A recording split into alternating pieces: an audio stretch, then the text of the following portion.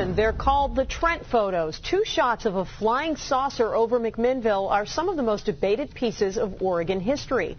Paul and Evelyn Trent took the pictures back in 1950. And now their children have turned to on-your-side investigator Dan Tilken to get the negatives returned. He's going to join us now. They're in the hands of a local newspaper that just refuses to give them up. Dan, what's the deal? Well, the Trent family and the McMinnville News-Register are forever intertwined on this. The paper first published the photos 58 years ago, inspiring wonder, inspiring ridicule. The Trent family has had no control over the use, and they still don't because the newspaper has other plans.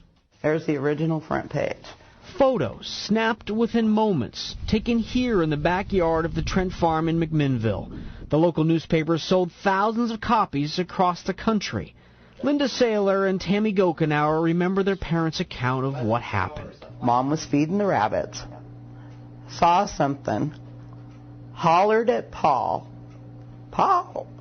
and Dad's instinct was to go get the camera. And then the saucer was gone. Critics have long said what the Trents did in this very spot was pull off one of the most elaborate UFO hoaxes in history, that they took a pie plate or a hubcap and dangled it from power lines that run in front of the property.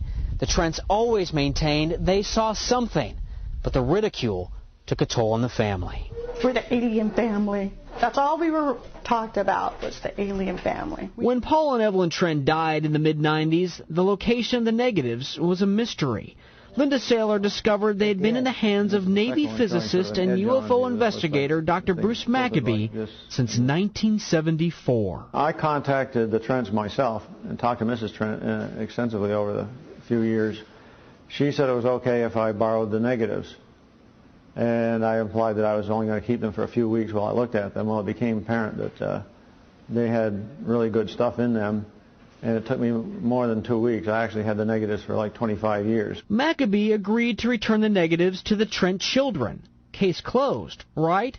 Well, Linda thought it would be safer if Maccabee sent the negatives to the McMinnville News-Register to pass on to her. That was 2001, and she's been trying ever since to get the newspaper to give them back.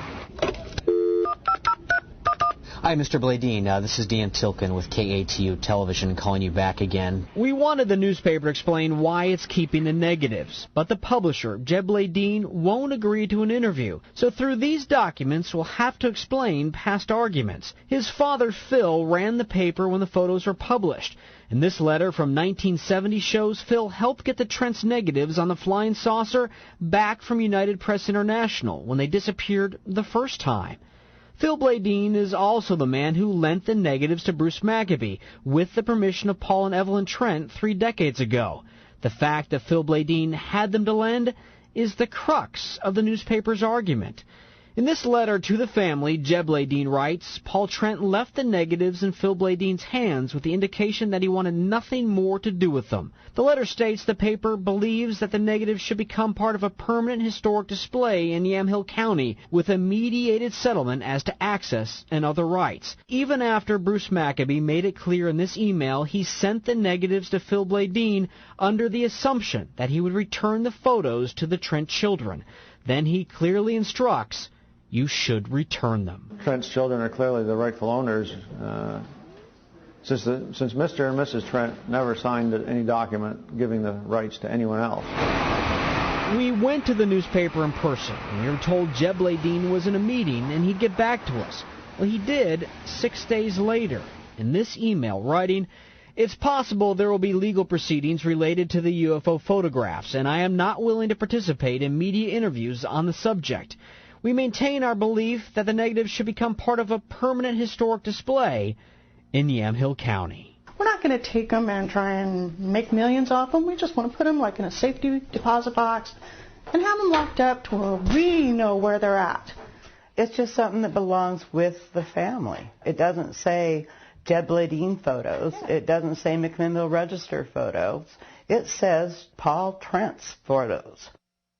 There is a key piece to this puzzle we cannot fill in. Phil Bladeen suffered a stroke several years ago, and he passed away just this past spring, so we cannot ask him what he thinks about all of this. Family, they've obviously pressed their case plenty, Dan. What about a lawsuit? They thought about that? They have thought about that. They say they don't have the money for a lawsuit, and they frankly say they believe it's not right that they should have to fight for something that is clearly theirs. And, we were talking about this. These photos are fascinating, and folks at home want to see them for themselves.